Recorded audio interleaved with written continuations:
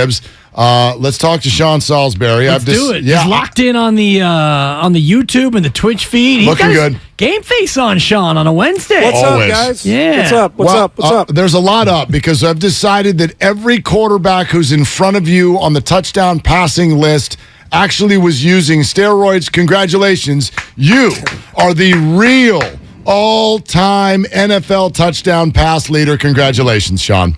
I mean, I can make an argument for it, can't I? I mean, you can make an argument for it. I think you No can. doubt. Congrats, Sean. I'd love to hear it, actually. Next stop, Canton. Yeah, there you go. Yeah, Canton is a visitor. That's for damn sure. Nothing else. So, how you guys doing, man? Yeah, We're doing good, man. I was cruising around last night, and I heard you and Lowe bring up a question, and I'd love to hear you share your answer with the audience today. And the question being about, like, it's so amazing how one game can change all of our perceptions. Everything doom and gloom last week. You beat the Rams on Monday Night Football, and then you guys threw out last year, 49ers 2-2 at this time. This year, 2-2 at this time.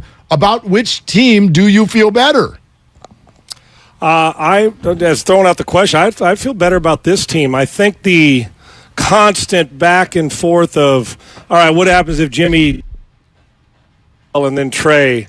Not that it may have bothered them or bothered Jimmy, but I think the up and down, because every single week now it's you don't have that if Jimmy struggles. Jimmy's not looking over there, or neither is Trey if he's playing, wondering if the other guy, and players wondering, well, is the offense going to be different? How's we're going to do this? How are we going to do that like last year? Offensively, and you don't want anybody hurt, but I feel better about this team, and here's why: because the defense, I think, is better.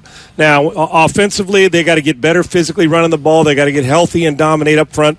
That part for me, while Wilson did a good job this week, and there's still another level to their run game. I think Jimmy's going to elevate a little bit more, whatever that ceiling is. I think if he can reach it, because there's another year of experience, and there is no question who the quarterback is or when he's going to be replaced. They've got playmakers all over the field, but guys, their defense, to me, it's them and the Cowboys. You decide who you like better defensively. They both got stars and studs and playmakers. I think this defense is a Super Bowl defense. If what I saw Monday night, and it wasn't explosive on offense, it was efficient, made enough plays when necessary.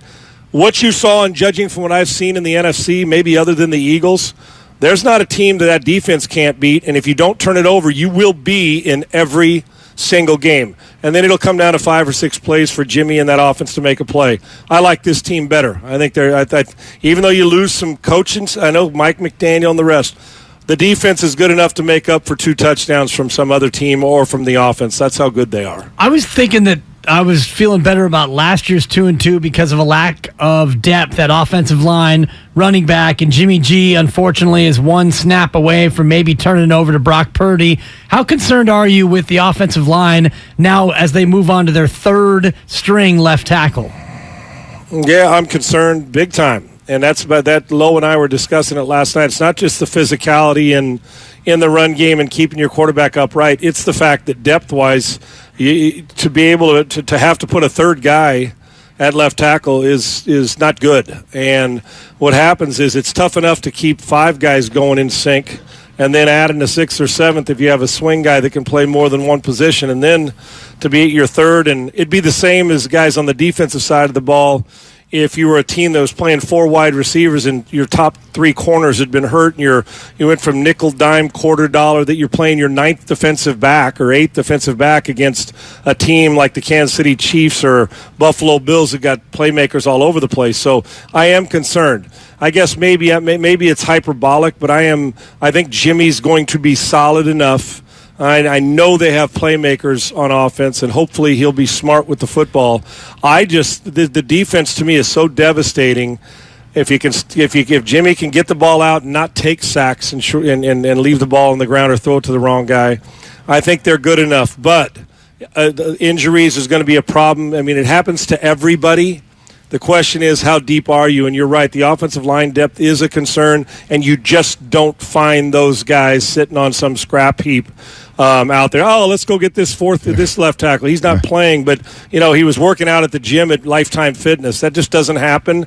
So you're going to have to hope some of those guys get right, and you're going to have to hope somebody else has some out-of-body experiences on the offensive line and plays better than maybe we thought they would. You already know you're listening to the great Sean Salisbury joining us here on Willard and Dibs, 95.7 The Game. Sean, as a quarterbacking expert, I'd love for you to listen to this. Tell me how you would feel if you were this team's starting quarterback. Here's the question to Matt Rule, head coach, Carolina Panthers. Hey, is Baker your quarterback?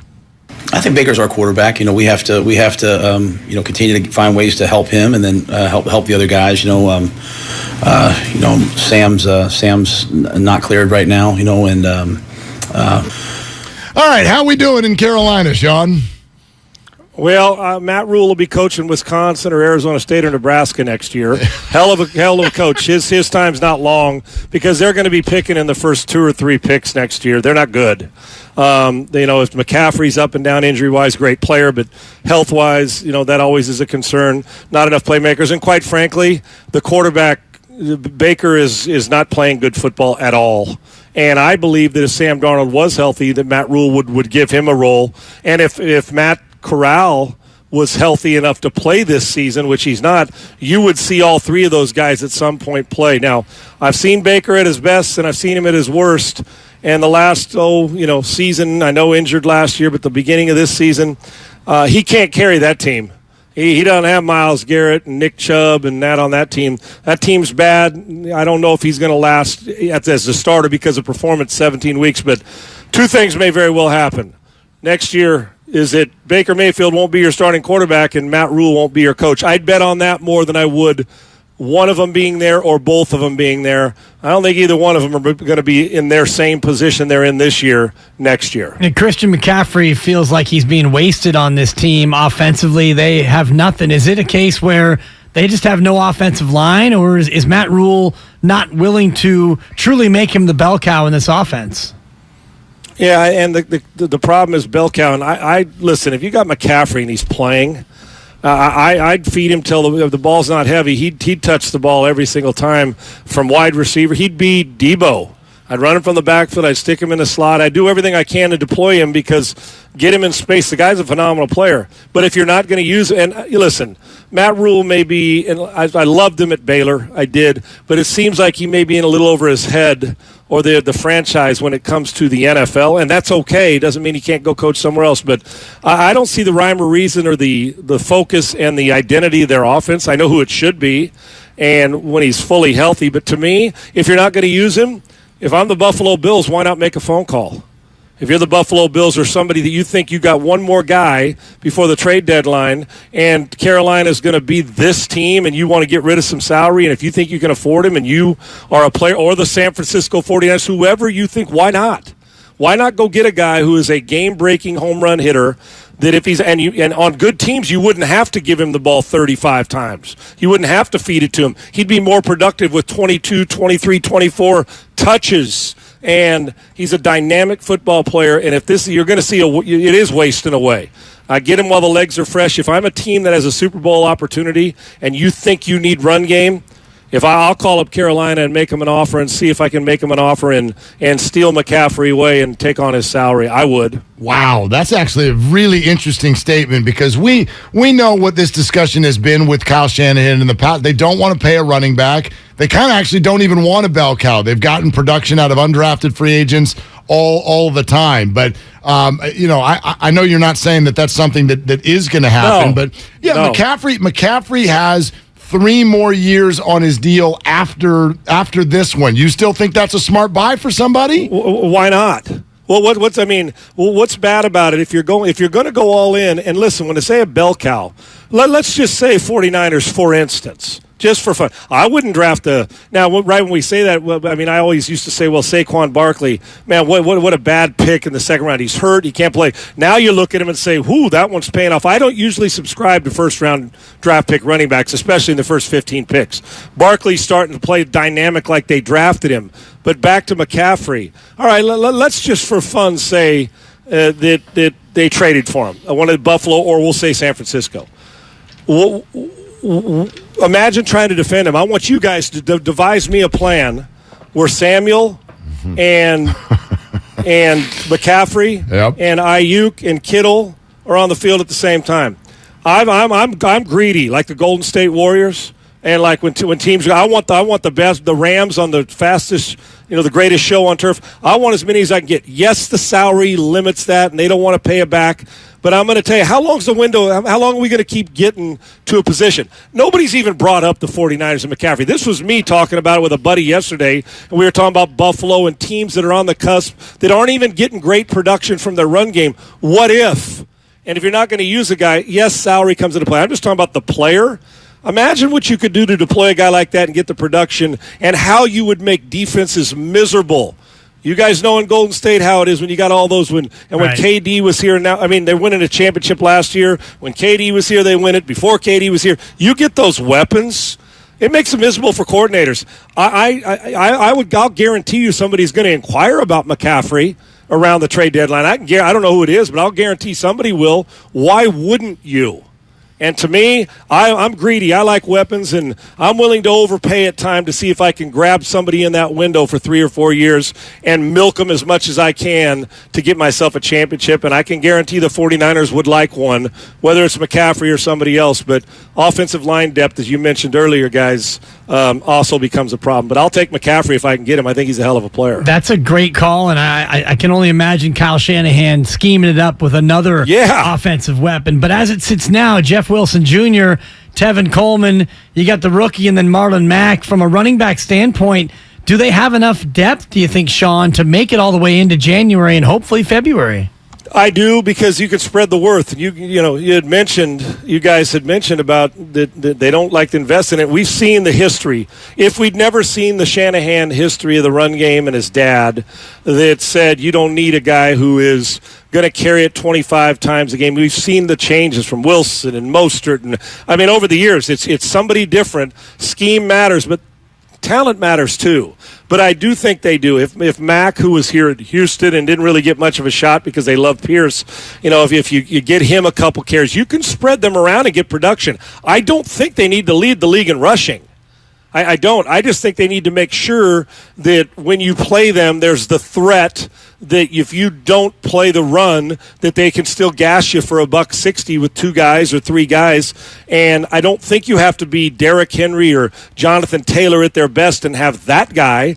But if you can get production and 28 to 30 carries a game, they didn't get that last week, but if you get that where Kyle wants to live and throw it 25 to 30 times, you don't need a star there, but the more weapons you have, if you got one, that's a great thing, because I see the difference in some guys. One guy hits a hole and gets through it quicker, and a guy who's a step behind, sometimes the hole closes quicker on teams across the country. I would doubt it if it wasn't Kyle Shanahan and the design, but Wilson ran for, 70, 71 yards. They do have players, and they do have scheme, but part of that is also going to be, can they get the offensive line to hit and hold and keep holes open for them? And it just puts more onus on Jimmy's effectiveness. You can also use the screen game and the short passing game as an extension of the run. So when you look at touches, it doesn't always have to be from the backfield. It can be bubble screens and hitch screens and quick shallow crossers to get guys the ball in space. There's different ways to dial up run game, even though it doesn't come from hand-to-hand handoff. Sean Salisbury with us here on 95.7 The Game, Willard and Dibs. And Sean, you said a minute ago you're feeling greedy. Well, I'm over here feeling a little cocky when it comes to the 49ers and the Panthers. But we also know it's week to week and there's constant surprises in the NFL. Can you help calm me down with regard to this matchup? Explain to me, if I'm a 49er fan, what should I be worried about? What could I even worry about in this game? Well, guys on the other team are getting paid. Inclement weather that causes 2 fumbles on a special team, taken for granted that, the punt protection and you get a blocked punt in the short field. I don't see how Baker Mayfield and this group move the football very much. Honestly, I just don't. So is there always a chance, I guess, maybe if the 49ers decide not to show up on the team bus? I don't know how you do it. They're going to have to do something special. This is that game like when a high-scoring top 3 offense in the country in college football is playing an FCS school, and they block 2 punts and a guy misses a tackle, and before you know it, they're in trouble, and Appalachian State's got you by the short hairs. and then they go and play and beat you. So to me, I don't see this is as safe. I don't know what the point spread is, but as far as win-losses go, this is as safe and win-loss elimination as there is. I don't know how Mayfield's going to set his feet. I think that defense is going to friggin' destroy the Carolina Panthers offense. Is there a chance? Yes. I don't want the team thinking like you and I are thinking, right? And they won't. But let's face facts. How you blocking them? How you moving the football? At every level, they're elite, meaning the 49ers front seven, the down guys, the linebackers, and the secondaries improved from last year, and they'll move the ball well enough. Now, Carolina's defense, here's the thing. Get a little bit too happy and standing back there and holding the ball, and they do get a couple short fields. That's when it's a problem for the defense, because at least the Carolina defense is going to show up. They will hit you, but I don't see how you muster up, unless it's a defensive touchdown, I don't see how you muster up 3 touchdowns against the 49ers. You're getting, 11 points a game against good teams? Good luck with that. Smelling an under here from Sean Salisbury. One more before we let you go. The Tua Tagovailoa head injury issue. What can the NFL do? Do they even care about player safety? I mean, we saw Tua get concussed. He goes to the locker room. He comes back. He plays on a short week. He gets hurt again. How disgusting was that, Sean?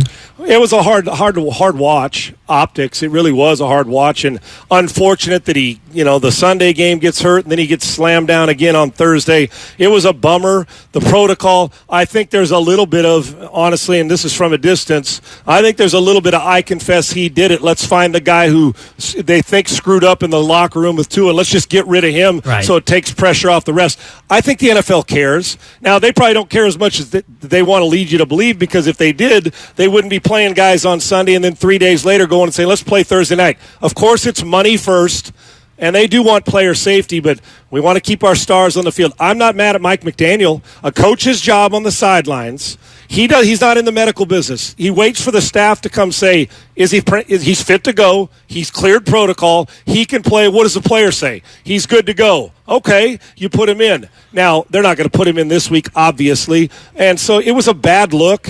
I don't think that Mike McDaniel put him in to cause problems because he doesn't care about safety. You're waiting for medical to tell you. Now, what went on in private times in that closed locker room and the proper protocol, apparently they didn't think it was right. We got to do more on the protocol and keep the player protecting him from himself, and that wins aren't more important than some dude's future health. But I can tell you this, there's nothing you're going to be able to do with rules and helmets any more than we do now. You got to hit a guy in a coffee can size window anyway. It was unfortunate for Tua. Hopefully he'll get back. The optics sucked. He shouldn't have been playing. But when a medical staff clears him, you're a coach. You usually play the guys they clear if they feel like their head's clear as well. But if the MRI's clean, and I know it is for Tua, Mike said it, but just the optics alone, you can't run him out there this week, and that's a smart thing. Yeah, absolutely. I'm with you on this. I think there's plenty of blame and plenty of questioning to go around. I don't think Mike McDaniel is the spot. I'm with you there completely. Agreed. Yeah. Hey, Sean, always awesome, man. Thank you so much. You guys are awesome. Thanks for having me. I appreciate it. Yep, we're going to do it again soon. That's Sean Salisbury, everybody, right here on Willard and Dibs.